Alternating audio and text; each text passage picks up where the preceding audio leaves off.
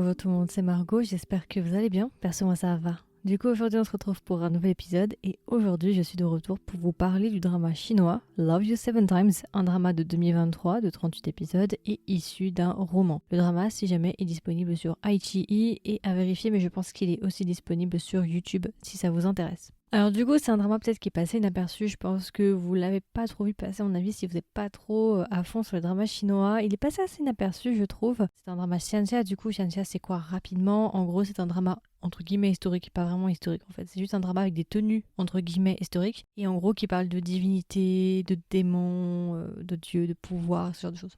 Ça c'est xianxia, à ne pas confondre avec wuxia. Et du coup, je suis allée dessus parce que je l'avais vu passer. L'affiche, elle est grave jolie, elle est super. J'aime beaucoup l'affiche, elle est très très belle esthétiquement parlant. C'est beau visuellement, mais j'avais pas énormément d'attentes en fait par rapport à ce drama-là, en sachant que le casting de base, c'était pas vraiment mon truc. Je vais vous donner les acteurs principaux déjà de base. Alors pour l'acteur principal masculin, nous avons Ding Yuxi. Je vous avoue, je l'ai jamais vraiment suivi, en étant honnête. Mais il a fait beaucoup de dramas. Mais c'est vrai que il a fait par exemple dans The Romance of Tiger and Rose avec Jao Lose, qui a joué dans Hidden Love. Pas si vous vous remettez. Entre autres, hein, c'est parmi ses rôles. Et là, il y a pas longtemps, il a joué dans Moonlight en 2021. Et d'ailleurs, je suis en train de regarder Moonlight. Si jamais, comme ça, je pose ça là. Il est en train de jouer avec une autre actrice qui est Yu Su-sin, qui a joué dans Love Between Fairy and Devil. On en reparlera de ça d'ailleurs. Et ensuite, nous avons Yang Chao-ye. Elle a fait beaucoup de dramas. Moi, je l'avais découverte avec le drama Dance of the Phoenix. Il y a pas longtemps, elle a fait Journey of Chongde, si je dis pas de bêtises. Et c'est vrai que c'est une actrice, malheureusement, qui est réputée en Chine pour ne pas très bien jouer. Ou en tout cas, c'est vrai que les netizens en Chine ont tendance à lui attraper la veste très régulièrement. Je vois d'ailleurs que de base, c'est une chanteuse. Elle a fait Produce 101 chinois. Ok. Je suis pas nécessairement d'accord, je veux dire son jeu c'est sûr c'est pas un jeu d'actrice de Cannes, on est bien d'accord, mais c'est du jeu standard. Enfin moi j'ai vu des acteurs chinois avec une plus grande fame qu'elle et qui jouent équivalent ou même un peu moins quoi. Donc je trouve c'est un peu abusé cet acharnement qu'il y a sur cette actrice. Après c'est sûr que son jeu il est pas c'est pas non plus un jeu hyper professionnel, on est bien d'accord, mais je trouve qu'il est standard, on y croit, on regarde le drama, moi personnellement quand je regarde le drama, je me dis pas nécessairement oh là là elle joue mal, c'est insupportable quoi. Faut pas déconner non plus. Bref, anyway. Donc voilà, c'est tout pour le casting. Je vais pas vous en donner plus, je vous laisserai regarder le drama pour voir les autres acteurs. Alors du coup, rapidement, peut-être un petit résumé pour ceux qui n'ont pas vu Love You Seven Times. On va se passer avec Chang Tze, qui est une immortelle, ils disent fairy, donc, mais c'est pas vraiment, en français, ce serait un peu bizarre de dire, c'est une immortelle slash divinité qui s'occupe du mariage. C'est-à-dire qu'en gros, il y a plein de divinités différentes, divinité de la guerre, divinité du destin, et en gros, c'est elle qui s'occupe de tous les mariages sur Terre et toutes les relations amoureuses qui existent chez les humains, c'est elle qui les crée. En gros, pour la faire courte. Et un jour, ce qui va se passer pour certains malentendus, elle va rencontrer le chemin d'un autre personnage qui est Chukong. Chukong, lui, c'est le dieu de la guerre. Et en fait, on nous apprend que ce fameux Chukong, il aurait sauvé l'univers plusieurs centaines de milliers d'années, 30 000 ans avant, je crois. Je pense que vous connaissez si vous regardez des Xianxia. Et justement, au moment où on traite le drama, c'est le grand retour de Chukong. Chukong va sortir de sa retraite spirituelle, entre guillemets, et il va rencontrer le chemin de Yangtze pour certaines raisons. Et ce qui va se passer, c'est qu'au même moment, il va y avoir l'entrée à nouveau de ce fameux roi des démons qui voudrait à nouveau mettre le chaos. Il a été détruit 30 000 ans avant, mais il va y avoir un espèce de décret qui va apparaître et qui va dire attention, la divinité des démons va revenir et va à nouveau essayer de mettre le chaos. Donc à partir de là, Chukong il va être rappelé justement pour combattre ce démon-là. Mais le problème c'est que Chukong, comme je vous ai dit, il est blessé. Il s'est pas vraiment remis même après 30 000 ans, il n'a pas réussi vraiment à guérir. Si vous regardez un peu les Xianxia, c'est quelque chose qui est assez courant généralement quand il y a des divinités qui sont blessées ou qui doivent progresser dans leur cultivation, qui doivent avoir plus de pouvoir. Ce qu'ils ont tendance à faire, c'est qu'ils vont sur Terre, ils se réincarnent sur Terre, ils vivent une vie sur Terre. Et en gros, ce qu'ils vont décider de faire, c'est de mettre en place en fait un plan pour que justement Chukong puisse se réincarner sur Terre et aussi justement augmenter sa cultivation. Et du coup, ils vont décider de lier Yangtze, la divinité Yangtze et la divinité Chukong ensemble afin qu'ils vivent plusieurs vies sur Terre, plusieurs relations amoureuses sur Terre, en sachant qu'ils ne s'aiment pas en tant que divinité, mais en fait sur Terre, une fois qu'ils arrivent sur Terre, ils sont censés tout oublier. Et on va suivre ces 7 vies avec leurs différentes époques, différents moments, différentes histoires aussi, parce que chaque histoire est différente. Donc voilà, j'espère que c'est pas trop compliqué, j'en suis désolée si c'est compliqué. Je vais pas préciser, mais quand ils vont sur Terre, quand ils se réincarnent sur Terre pour vivre leur relation amoureuse, ils ont perdu la mémoire, techniquement. Donc ils se souviennent pas. Par contre, quand ils reviennent dans le monde des divinités, ils se souviennent de leur vie. Mais au moment où ils sont sur Terre, en tant qu'être humain, ils ne se souviennent pas qu'ils sont des divinités et que tout ça c'est un test et tout machin. Voilà, j'ai essayé de faire simple, j'en suis désolée pour ceux qui n'ont jamais vu de Xianxia. Et bon, pour ceux qui connaissent les Xianxia, rien de nouveau, je pense que vous connaissez très très bien les tropes et les termes. Alors du coup, rapidement, qu'est-ce que j'ai pensé de Love You Seven Times en point positif et en point négatif? Alors, en fait, moi déjà, comme je vous l'avais dit, je suis venue sur ce drama sans attente. C'est-à-dire, je suis allée, voilà, on va voir ce que ça va donner. Et d'ailleurs, j'aimerais vous donner un petit point qui va peut-être motiver certains à le regarder ou ne pas le regarder, ça va dépendre. Si jamais Love You Seven Times est faite par la même équipe que Love Between Fairy and Devil. Donc, vous allez reconnaître d'ailleurs, parce que normalement, ça se place dans le même monde, je crois, mais il n'y a pas de personnage lié.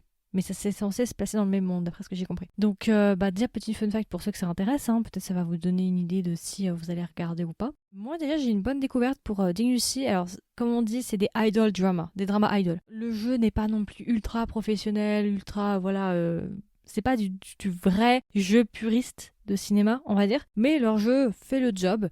C'est plutôt un drama assez léger, contrairement à d'autres dramas shanxia du même genre qu'on peut trouver actuellement, qui sont beaucoup plus sombres. C'est très coloré, très vif.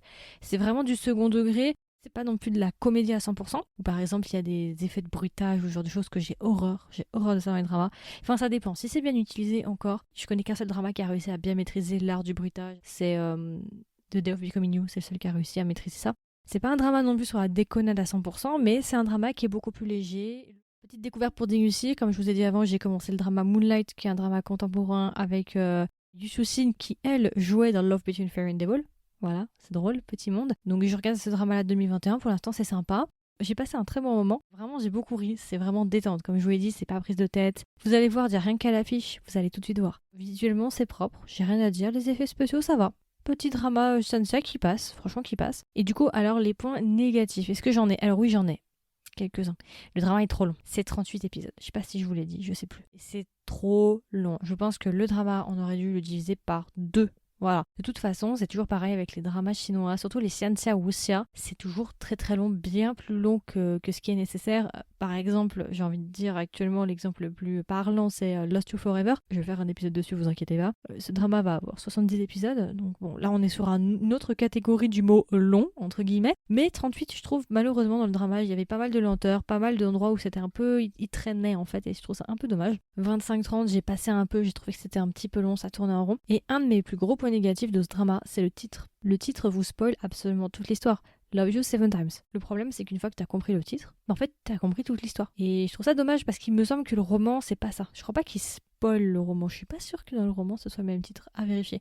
Du coup, quand tu arrives dans l'histoire, tu sais déjà à quoi t'attendre, tu vois la trame en fait. Tu dis, ok, ils vont s'aimer, il va y avoir cette vie. Et voilà, je trouve ça un peu dommage parce que du coup, t'as pas cette implication en fait de A à Z, en te disant, oh là, est-ce que c'est la dernière vie ou pas? Non, parce que tu comptes, tu dis, ok, là on est à la 4e, tu vois ce que je veux dire? Et du coup, c'est vrai que tu manques un petit peu d'implication. Moi, j'ai manqué un peu d'implication dans l'histoire. J'étais pas à fond en mode ma vie dépend de leur vie. Tu vois ce que je veux dire? On est tous dans le même bateau. S'ils meurent, je meurs. Tu vois ce que je veux dire? J'avais pas cette sensation vraiment d'être pressé par le temps ou vraiment d'être impliqué à 100% dans l'histoire. Donc, c'est un peu dommage. Et je pense que le titre fait beaucoup. Donc, voilà. C'était pas le shanxia de l'année. On va pas se mentir, hein, on va être honnête. Hein, c'est pas le shanxia de l'année, mais c'est un shanxia qui va. Franchement, j'ai vu des choses bien pires que ça. Donc, moi, je trouve que c'est dans la catégorie moyenne. Voilà, c'est dans la moyenne. Et du coup, alors si je devais recommander le drama à un ami ou une amie, qu'est-ce que je lui dirais? Et est-ce que même je recommanderais le drama?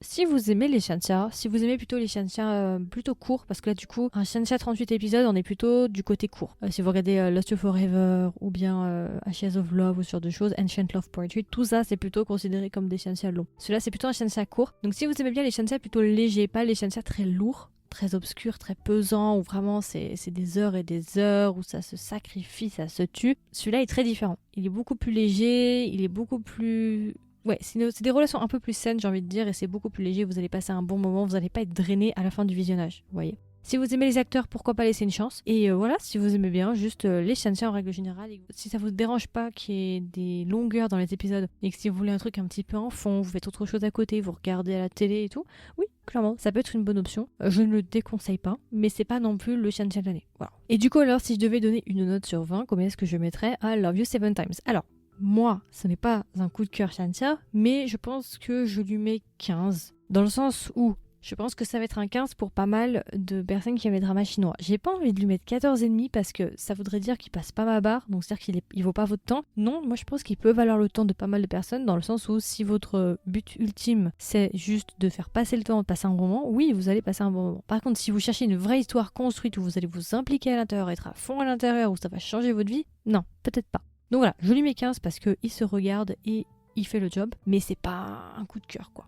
Donc voilà, j'espère que j'ai été à peu près claire. Et puis voilà, écoutez, je pense que j'ai fait le tour. C'était du coup mon review assez court sur le drama Love You 7 Times. J'espère que ça vous a plu, j'espère que ça vous a intéressé. Comme d'habitude, n'hésitez pas à me donner vos retours. Est-ce que vous l'avez vu du coup? Est-ce que vous l'avez vu passer en 2023? Qu'est-ce que vous en avez pensé si vous l'avez vu?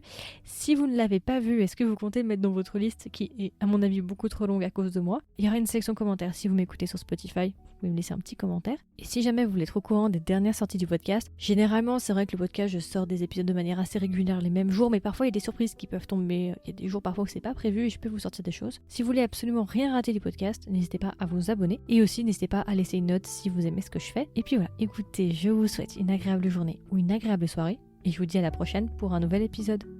Bye bye.